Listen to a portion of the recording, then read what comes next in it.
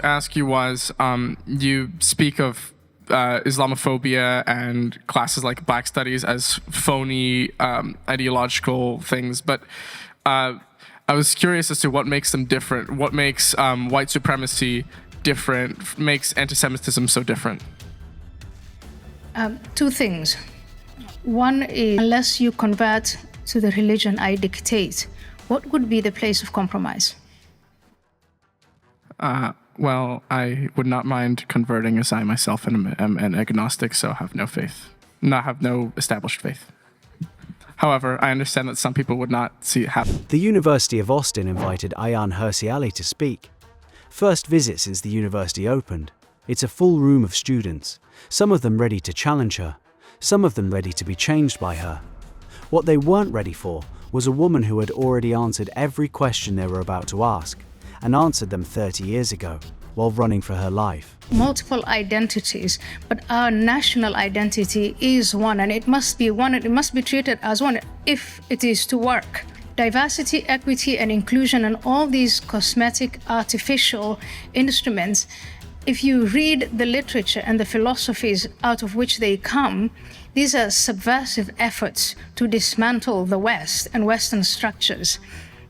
We have a merit-based system. And if I just got offered an amazing job, I read through all of the points and I want it, but I came to the conclusion, I can't do it. I don't have the skill set. But I could get it if I only insisted I was Black and I was woman and I was this and I was that. That's a DEI. And if you eliminate meritocracy, then what makes this society different from all the other corrupt societies where people get to the top because of who they're related to and who they know and who their blood ties are with? And a society that decides to go down that path of giving positions of power and privilege and so on according to identity, that's a society that's going to not last for long. We wouldn't be able to compete with China. We wouldn't be able to compete with other countries, I'm afraid. So I think maybe we should say, let's learn from Israel. Israel as a nation state, I think it was Dan Senor who wrote that book, Startup Nation. That startup nation is flourishing. I was impressed. I was there last week on Tuesday, and I was impressed by, it was nearly midnight when I came from the airport, and there were young women. True to tone, girls are not safe in Europe and America today. The contrast is striking because it's specific, not abstract geopolitics, not a lecture on governance theory. A woman at midnight on a street in Jerusalem, unafraid. But there is a conversion question forming underneath that image, and her answer is not what they expect. Men walking the streets, alone, sometimes in pairs, sometimes more, almost at midnight in Jerusalem. And I remarked on it. I asked the driver, how is that possible? And he said, in Israel, women can walk the streets any time of night or day unaccompanied. They have nothing to fear. That is a nation state that honors the social contract between those who govern and those who are governed. Because the most important function of a government is to keep her citizens safe. And now in Europe and in America, sadly, girls are not safe. And Jews, I just told you, they're saying there's this impending doom. Our Jewish fellow citizens don't feel safe. That social contract is broken, and we better repair it quickly. Thank you. The thing is, the moral infrastructure of the West, the foundations of every emancipation movement, every civil rights march, every fight for human dignity, was built by believing Christians quoting scripture. Dismissing that inheritance without replacing it with something equally stable is self-sabotage dressed as reason. And that's not a small thing to say in a secular academic environment. I also wanted to ask, Thank you. Are there any lessons from your recent conversion to Christianity that might be applied to the West and the absence of Judeo-Christian values, and how might any lessons there help us combat anti-Semitism? I get a lot of questions about my conversion to Christianity, and I always think, what if I didn't even exist, let alone convert to Christianity? And I want to insist that the revival of Christianity, as in the teachings of Jesus Christ, the Sermon on the Mount, that those moral imperatives are what the West is built on. And I think it's very important that we revive those, especially for young people. I think the boomers, sorry if there are any boomers here,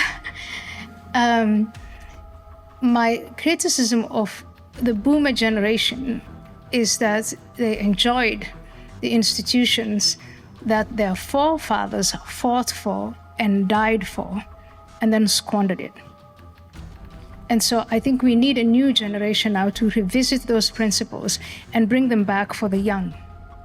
And if I might ask a brief follow-up, as a former flag bearer for the New Atheist movement and as someone who's converted away from Islam, it seems like you are uniquely positioned to address this inflection point, given that, as outlined in your talk, it's these two forces in league with each other that are pushing anti-Semitism forward. So is there anything specifically in your conversion that we can all learn from? What brought me to... Notice how Ayaan Hirsi doesn't offer a religious testimony as that student's question demanded.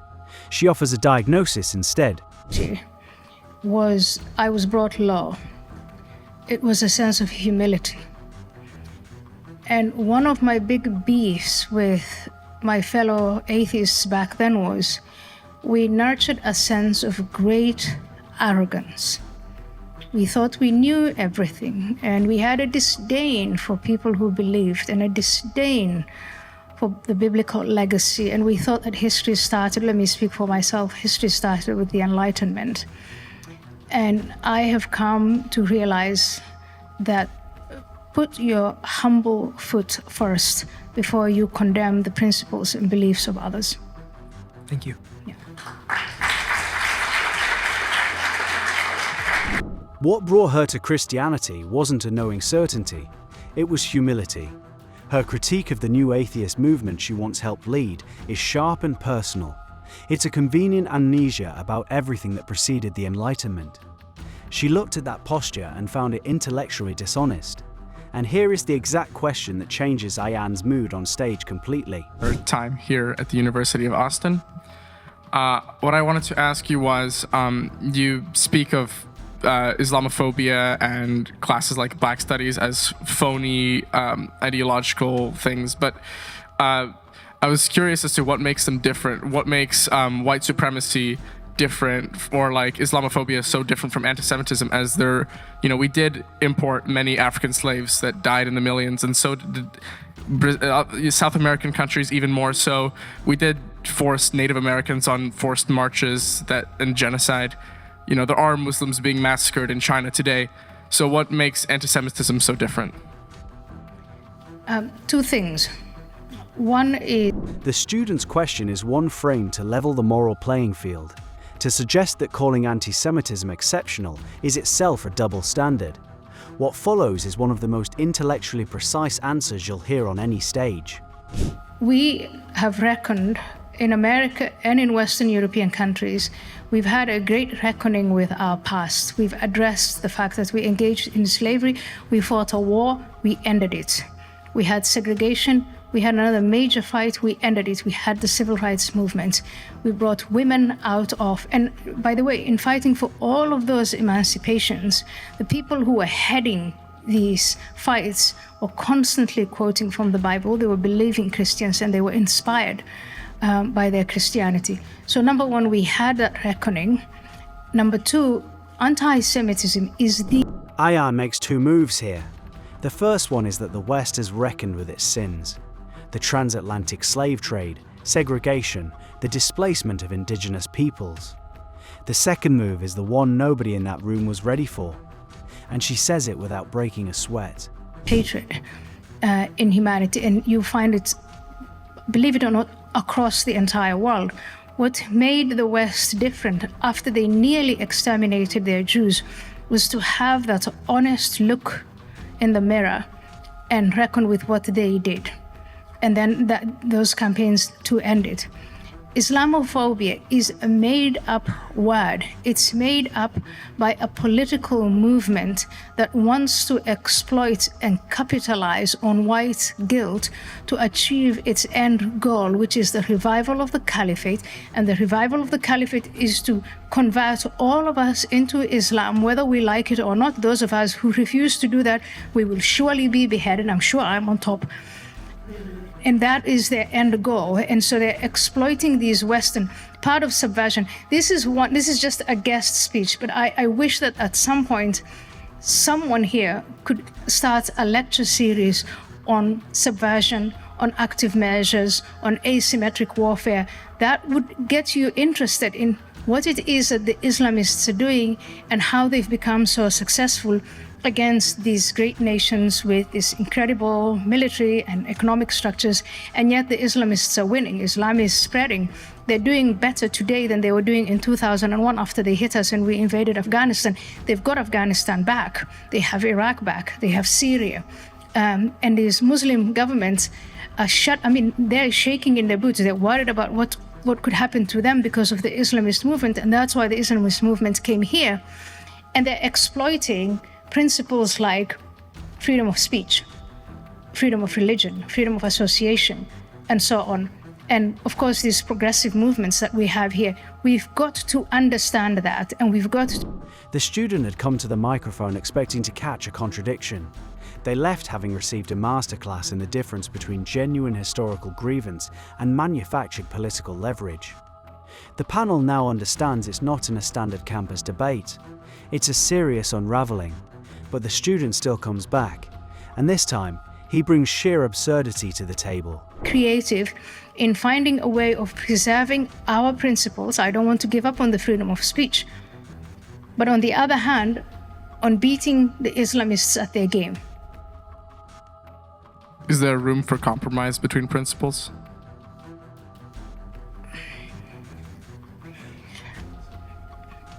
If I want to kill you and behead you, unless you convert to the religion I dictate, what would be the place of compromise? Well, I would not mind converting, as I myself am an agnostic, so have no faith. Have no established faith. However, I understand that some people would not share that vision, so. Let's play with this thought for a while. There's a time and a place for everything, and for some of the people, say in places like Africa, we don't talk about this, but Islamists are active in Africa and violently so. If you're a Christian in Egypt or a Hindu in parts of Pakistan, and you have someone looking at you and saying, you'll either lose your head or you convert to Islam, it makes sense to consider converting to Islam. But here today, for us to have the attitude of, well, we'll see what happens, and if we get to that point, I'll just convert, I will say, are you sure? Maybe you want to get educated on what would happen once you convert. What would your life be like, and the life of your sisters and women? What would they do to the Jews? He has said, this man, I repeat it, he said they're bacteria and they're microbes. And in the video that I showed you, they made it very clear it has nothing to do with Palestine. It has everything to do with them being Jewish. So they are going to annihilate the Jews. Will you stand by and watch that? Maybe I should give introduction to Islam and Islam.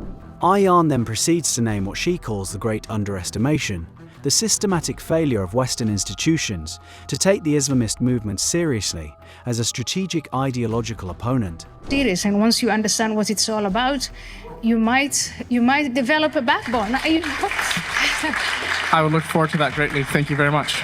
She speaks about needing a lecture series on subversion, because the students in that room are operating without the vocabulary to name what is being done to their society in real time. Listen to what this next student asks, invoking the Sermon on the Mount scenario. Let's see how she'll make that correlation work. The question is inspired by what Jesus says in the Sermon on the Mount about blessed are the peacemakers. So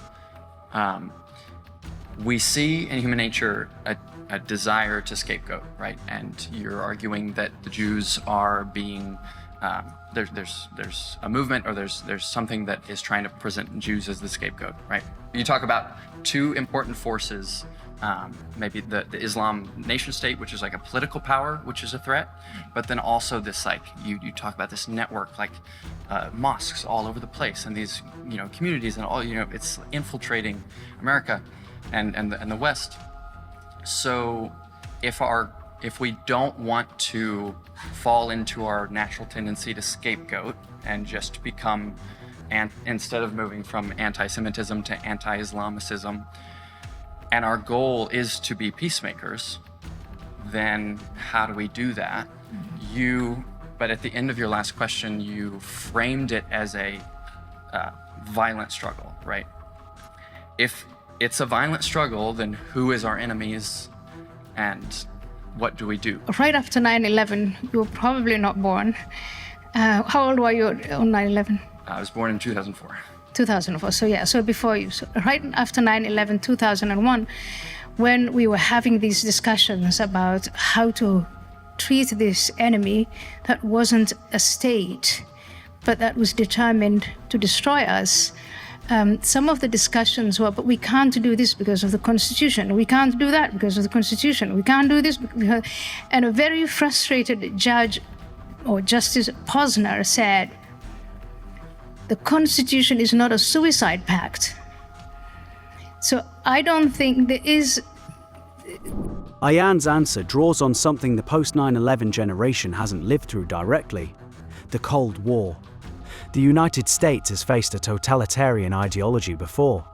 It developed tools, legal, cultural, educational, institutional, all in a bid to recognize it, name it, and resist it without abandoning constitutional principles. There's a lot of space between committing suicide and doing what the young man here said, is to let it just all happen. And I mean, when the time comes, I guess we will convert, or we'll deal with it, whatever. And really looking at and studying openly, which we haven't been able to do because we've been self-censoring, and I gave you that list of all the different ways in which we underestimated the Islamist movement. But if we were to estimate it the right way, I will say in our history in America, it's not the first time that we are fighting an ideology that wants to destroy us. Communism, just the other day, not so long ago, most of us lived through it. And you call it a Cold War here, but in Africa and in other parts of the world, it wasn't cold, it was hot. And we starved and all of it. So there were very good... True to form, the enemy is not all Muslims. The enemy is the ideology they operate on. And she is very specific. Ideologies announce themselves. The Islamists say explicitly what they intend to do. The analysis doesn't require speculation. It requires the willingness to listen to what they're actually saying and take it at face value. For the United States and Western countries to fight the ideology of communism, and they developed a number of, I'd say, tools to recognize it when it's applying internal subversive methods and when it's coming from an external position. And we can reapply those, but we do have to identify Islamism and Islamists as the enemy that they are, and give them the full respect. You asked me to identify, and you asked me to define what is an enemy. It's a force that wants to destroy you. How do I know that? In this infrastructure of mosques and madrasas and Islamic centers, etc., they say it explicitly. So there is something about, don't listen to me, don't listen to the analysts with PhDs and the like. Listen to them and what they say, and take it at their word. So does this come down to a propaganda war? Like, we just inculcate our children before they do? Is that where the battle lies? I think because the war they wage is totalitarian and total. But ours, and where do we meet them? Well, we have to meet, ours has to be total too. It has to be where they fight us with ideas, we fight them with ideas. Where they fight us with subversive means, we recognize that and we dismantle this infrastructure and kick them out of the country. We have those tools, we have these possibilities. We can't just let them spread. And this, again, we did the same to communists. We watched as communists grew and as they were subverting our societies, and we took the appropriate measures against individuals, against groups, and so on, but always with due process and always within the limits of the Constitution. Ayaan does something spectacular here. She doesn't reach for metaphors. She points at history every single time. The final question is a bold and audacious one even she didn't see coming. Arianism in general, and how do we educate people against like this victimhood mentality, which we see in broader terms, and how do we get to find more people like you? Like, can we re-educate more people, and how could we do that? Through citizenship, through responsibility, we give individuals responsibility. We should hold individuals accountable. If you want to bring about an Islamist nation here, and if you're shouting from the rooftops that America should become Islamic, we should be able, through education, through schools and the media and every other form of communication, teach young people and older people what exactly that would look like. So one of the problems I've had since I joined this debate. Communism was an ideology that wanted to destroy the West. The West identified it, built tools to fight it, applied them with imperfect but real success. Islamism is the same structure applied differently. The tools are there. What's missing is the political will to use them. In 2001 was we are not allowed to talk about what the Islamists want in mainstream media. When they attain power, what are they going to do? Well, look at the Taliban in Afghanistan. The country that I was born in, Somalia, we have a group there related to Al-Qaeda, born out of the Muslim Brotherhood. As soon as they got this amount of power, they started amputating people's hands, they started cutting people's throats off, they started stoning women for adultery, and on and on. We've got to be able to show in the universities and the schools and in our media, if you think you're going to be seduced by this idea, this is what it looks like. Islam is one of the fastest growing religions. Like Ayaan said, the Constitution is not a suicide pact. She said that twice already.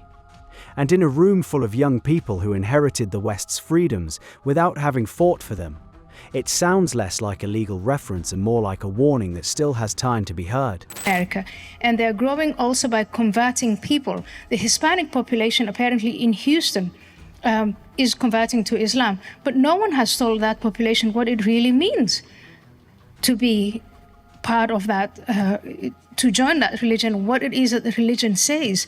We engage in self-censorship and in politeness, paradoxically, because we were bad to our Jewish minority. I remember a Jewish mayor in Amsterdam in the early days when we were talking about assimilating, developing programs to assimilate Muslim communities into Holland. He kept insisting to me, but we don't want to do to the Muslim minorities what we did to the Jews. And that became the excuse to do nothing. That can't be right. Even as the session ends, and Ali walks off the podium, the question she implied is still standing, and asking for a redress. Why isn't the West and its government using every political tool at their disposal to bring Islamic terrorism to its knees?